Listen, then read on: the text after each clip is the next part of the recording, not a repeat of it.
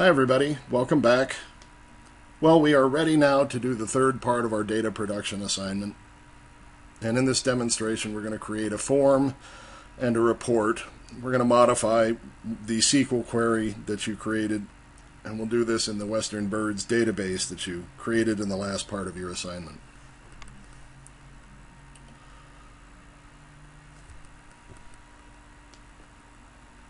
So those of you who have experience working with database applications, you know that forms are an important part of providing a good access interface to a database. And even in a desktop database application, a good data display and editing form is important to enhance the usability of your tool. So we're going to create a simple OpenOffice database form in the Western Birds database and customize it just a little bit so you can browse the data in the table, the data table that you created. Then we'll make a copy of the SQL query you built, the report list query, and we'll add some bells and whistles to format it and make it easier to use and a little more convenient. And we'll modify we'll do that by modifying the SQL string that you wrote for the query. We'll save the new SQL query and then build a simple columnar database report based on it. And then you can use that to output the report as a PDF file, and then you'll turn in at the end the database file and the PDF to the Week 6 assignment area in WebCT. So let's go now to the desktop and take a look at how to create a database form in OpenOffice.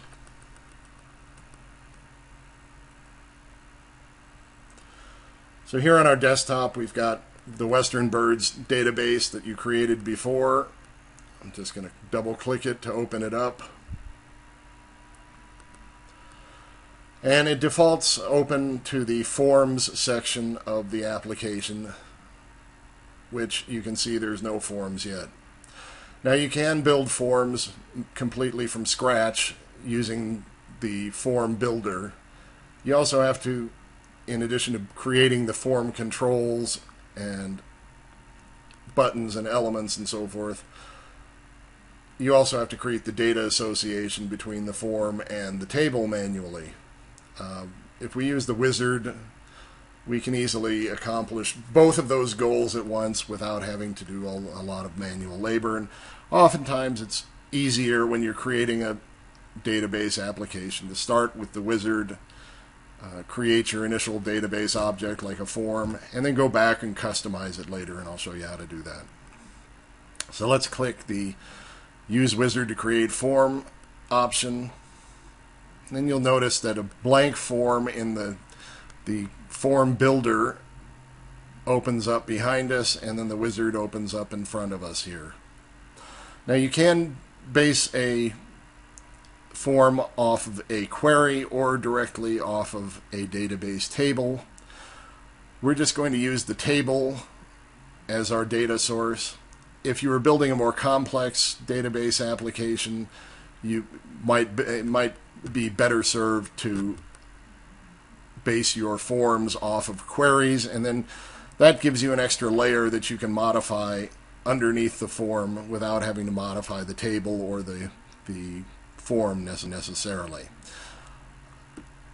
And it makes things a little more convenient with more complicated applications. But for our purpose, let's just select the double arrow here and move all of the database table fields over into the form that we're going to build.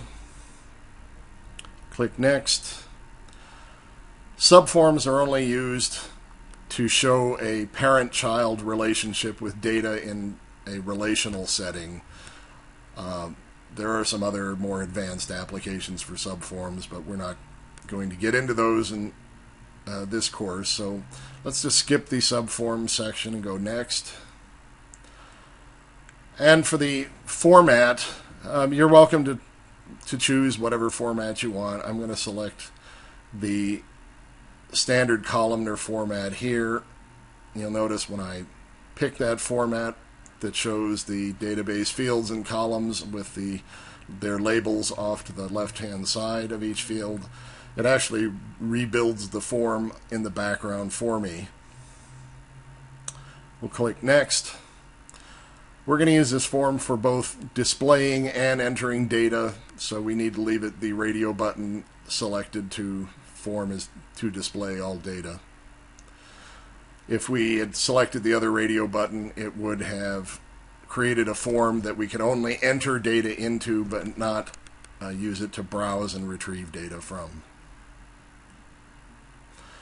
And pick your favorite color here. I'm just going to pick blue to show you that we can pick different visual design styles.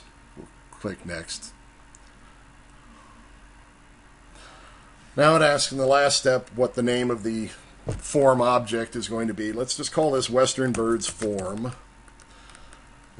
And we do that to distinguish the underlying table and the form and our upcoming report, to help distinguish between those so that the database application doesn't become confused in trying to manage different types of objects that all have the same name.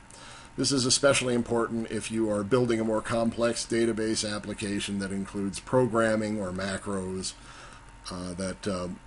where it becomes more difficult to refer to objects in code that have the same name without making formal declarations and distinctions among them. So let's call this Western Birds form just to give it a unique name. We'll click Finish. And the wizard builds our form and displays it for us in form view. Now there are a couple of them. We can scroll through all of the 1,300 records in the database now using the arrow buttons here at the bottom of the form. There are still a couple of problems that we need to fix before the form is ready for use. The first thing is that the number 1 is appended to a lot of these fields here, so we need to modify those labels to make them more easily readable. And then the second thing is we notice that the title field is not long enough here to accommodate the entire title of some of the articles, so we need to lengthen that.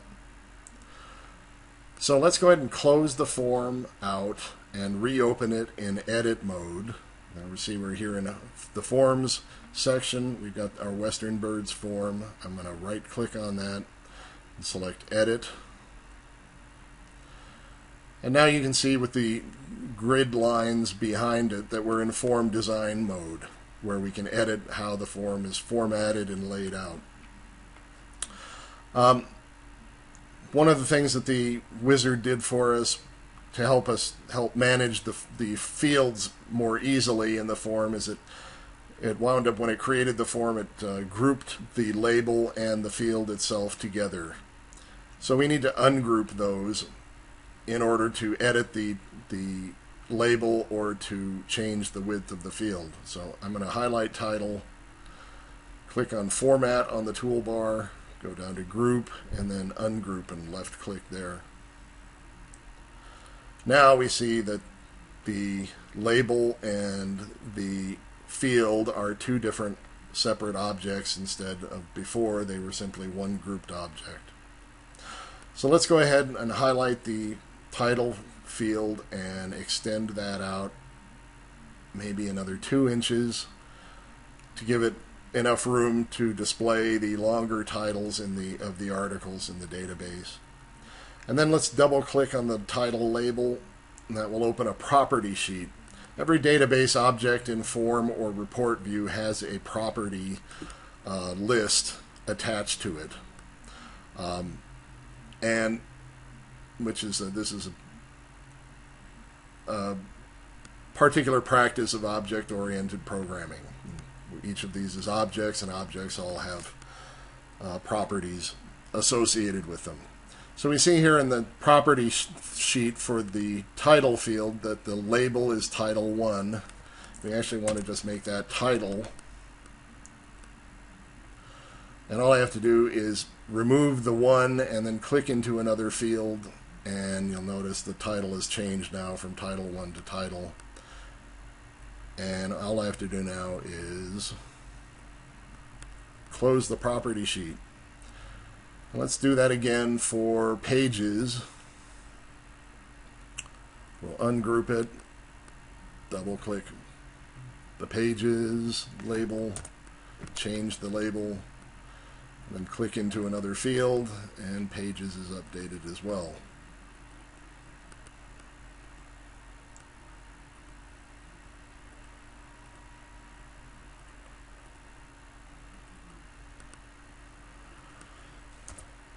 Okay, there's journal.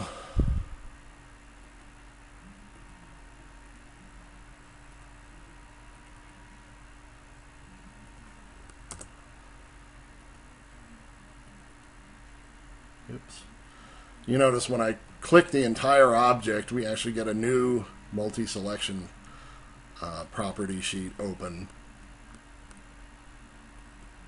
So even groups of objects have their own properties.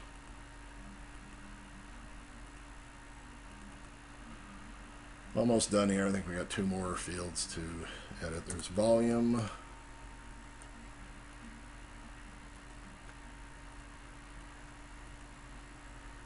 And number.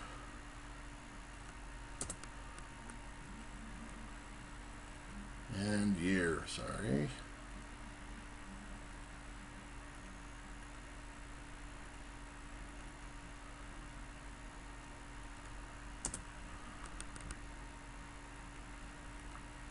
All right. Well, this gives us a basic form that we can use that's tidied up. I'm going to save that, save our work so far, and let's go back and look at it in data view mode. Now hopefully we have enough for the longer article titles, and the form is a little more easily readable. Now there are many form tools. You can create many different layout effects, and you're welcome to explore those at your own leisure. So now that we've created our form, let's go ahead and skip on over to the slide deck again and talk about modifying the SQL query that we created, which is report list. Just open that in SQL view, and you'll remember that we created this in the last lesson.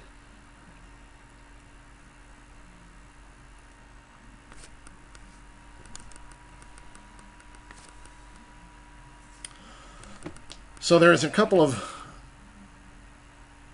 items that we can add to the SQL query to make it function a little more conveniently for us. Again, like we did in the form, we've got these table names that are that have the number 1 appended to the end of the field name in the table. Sorry, and if we want those to appear in our query as without the 1, we need to create an alias.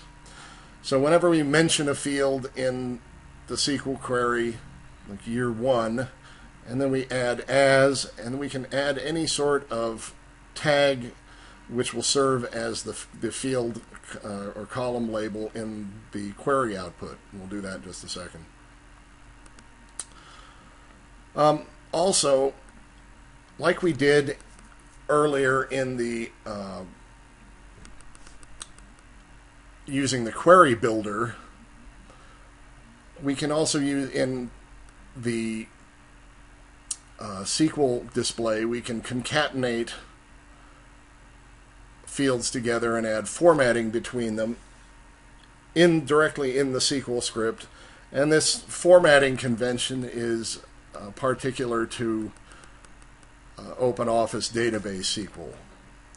As I think I mentioned in the last part of the lesson, that there are many variations of SQL, and they all have slightly different rules and capabilities and formatting commands, and the double vertical bars are particular to OpenOffice SQL.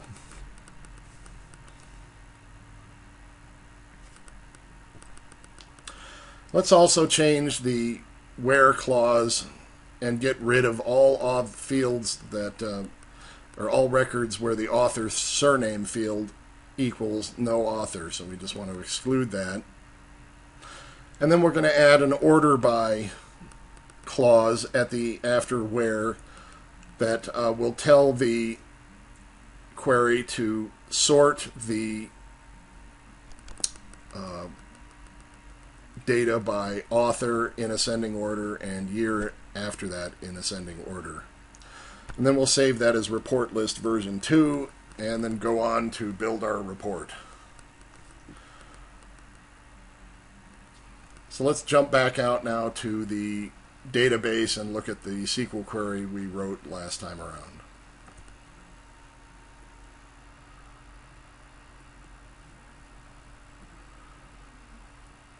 So what I'm going to do first is let's just make a copy of this report list query and call it report list v2.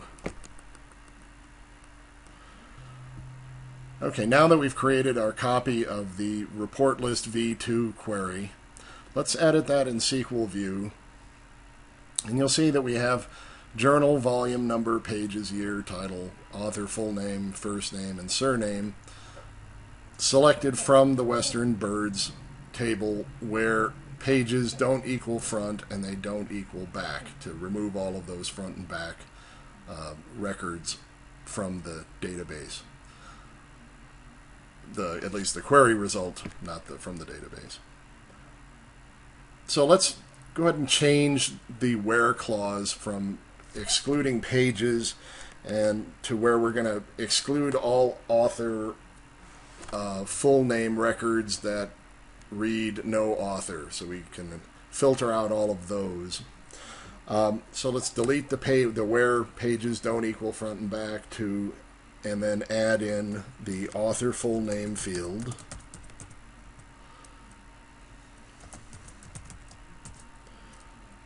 And then we'll say does not equal, and then we have to put in single quotes, no author. Author. There we go. Now, when we hit run over here, we should see that the author full name has filtered out all of the no author records from the query. Let's make some additional changes here. These number 1 appendages to each field are kind of annoying, so let's create the alias here. So for journal 1, we just want that to say journal. And we can either go and just change the table underneath, which would be fine, or we can create an alias for that field. So instead of reading journal, we'll just say we want the label for the field journal just to say journal instead of journal 1. So after the journal field entry, after the end quote there, I'm going to put a space and then as, and then we'll type what we want our alias to be, which will be the field label. So just say journal. And then we do the same thing for volume as just volume. Number 1 as just number. Pages 1 as just pages. Year 1 as just year. Title 1 as just title. And then we can leave the other fields, author, full name.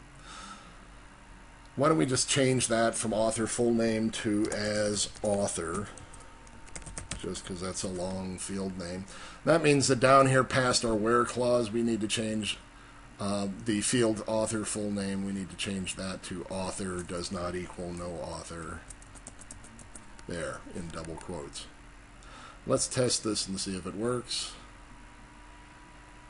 I hit the run button and it does. So all of our field labels are now cleaned. Author full name now reads author. And actually what we want to do is also create a concatenated field using the author first name over here and author surname fields.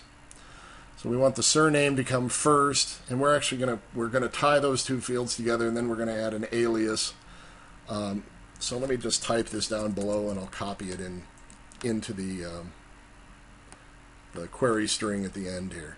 So we want the author surname to come first, because we're going to use this for the bibliographic citation report we're going to build next. So we'll say author surname in quotes, and then we're going to add those two vertical bars again. Actually, let's just bar, and then we'll add a single quote because we want to add a comma and a space in between the last name and the first name fields. And then we'll do a second set of single bars, and those are our concatenation marks to show that author surname and then the comma and the space need to be concatenated, and then that batch, those two things need to be concatenated to the author first name field.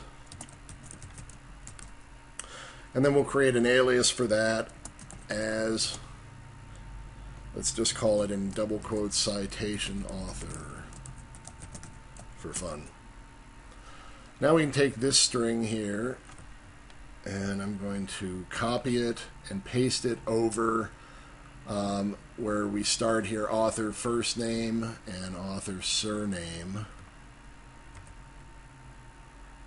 And that should work, give us a new field that joins surname and first name. Remove what we just typed below. Save our work. Let's see how that works. So now citation author is in last name, comma, space, first name order. We have a regular author field with first name, space, last name, and then everything else looks pretty well cleaned up here. The one last thing we can do now is add a command to the SQL script that sorts the fields in a particular order, the field results in order. So after where, the end of where clause, we need to add an order by clause. And let's say we wanted to order by that new citation author field.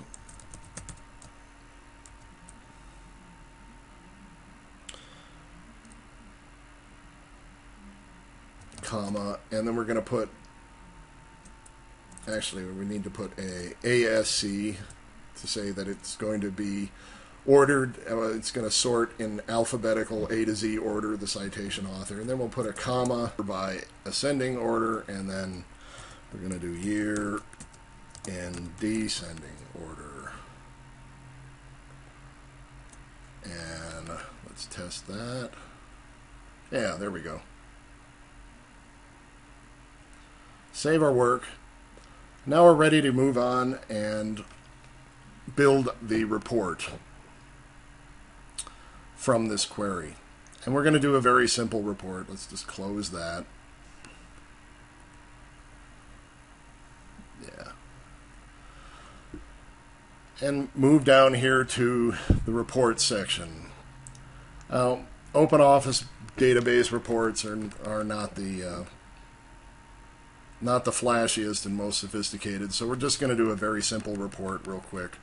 Okay, so now let's create the report. We're in the report section, and we don't have the option here to create a manual report, although you can edit them. It's a bit tricky in OpenOffice database as compared to other database products which have much better reporting tools. Often in OpenOffice database, it's easier or more sophisticated to build a mail merge form in OpenOffice Write and then export the data into that. But for our purposes, let's just do the report creation wizard. So we'll click on Use Wizard to create report. And we get our blank report builder in the background, and it asks us again if we want a query or a table. You can base a report on queries or tables. Let's pick report list v2. And let's pick all of the fields except the author field. We just want the citation author field, so let's pull that back. Actually, we don't want them in that order, so let's start over again with, let's put citation author first, then we want year, and this is the order that the fields need to be in for a real bibliographic citation, title, and then journal, volume, number, pages. Let's click next. It asks us if we want to create these labels for our report. Since we're not using that author field, let's just take the citation out of the author field name, since we're not using that other shorter author field that we created, just for a little more brevity in the field title.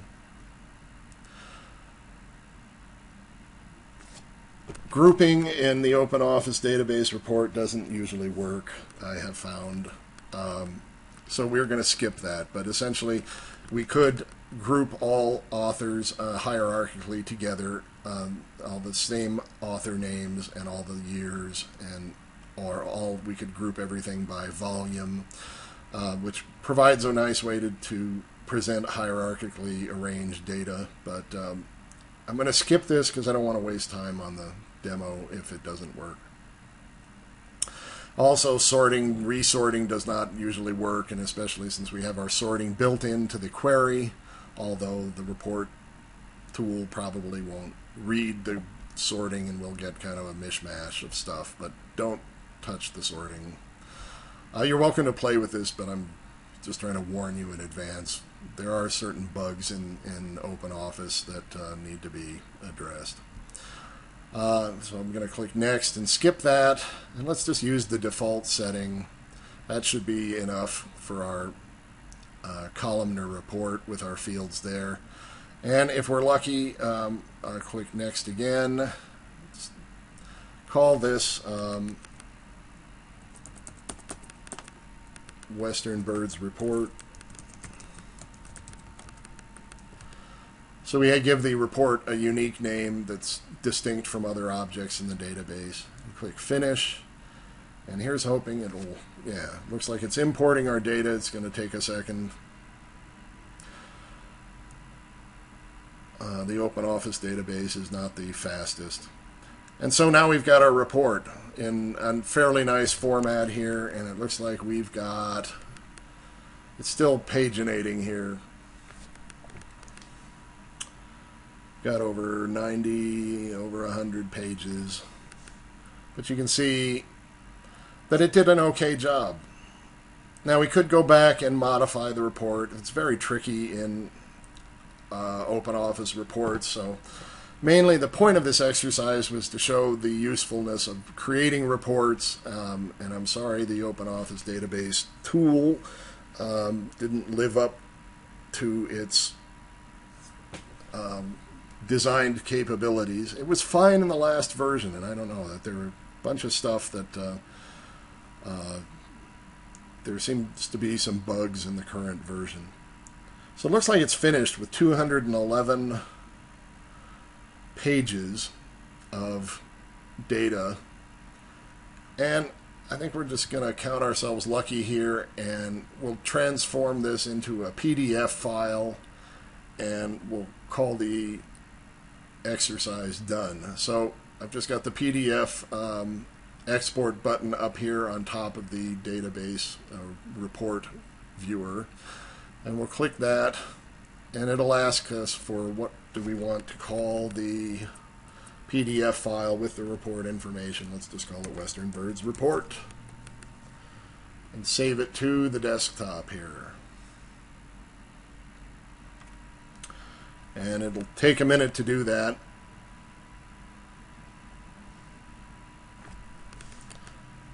Let's see what we've got, if it's actually on the desktop.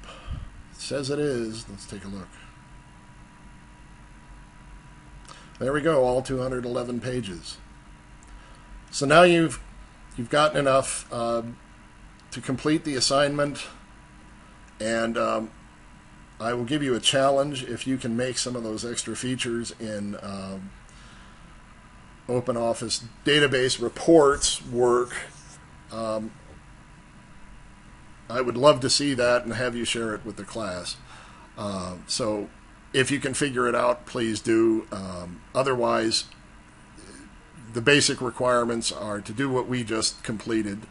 Database file that includes the Western Birds report, just in columnar format, the Western Birds form that we did earlier, and the new report list version 2 SQL query that we did. And with that, I would just say go ahead and turn in your assignments. And next week we're going to start on a new learning module talking about the importance of documentation of information, or metadata, which will be a very interesting learning module. So have a great week, and I will be available as always by phone or by email for any questions or help that you need. All right, see you all later.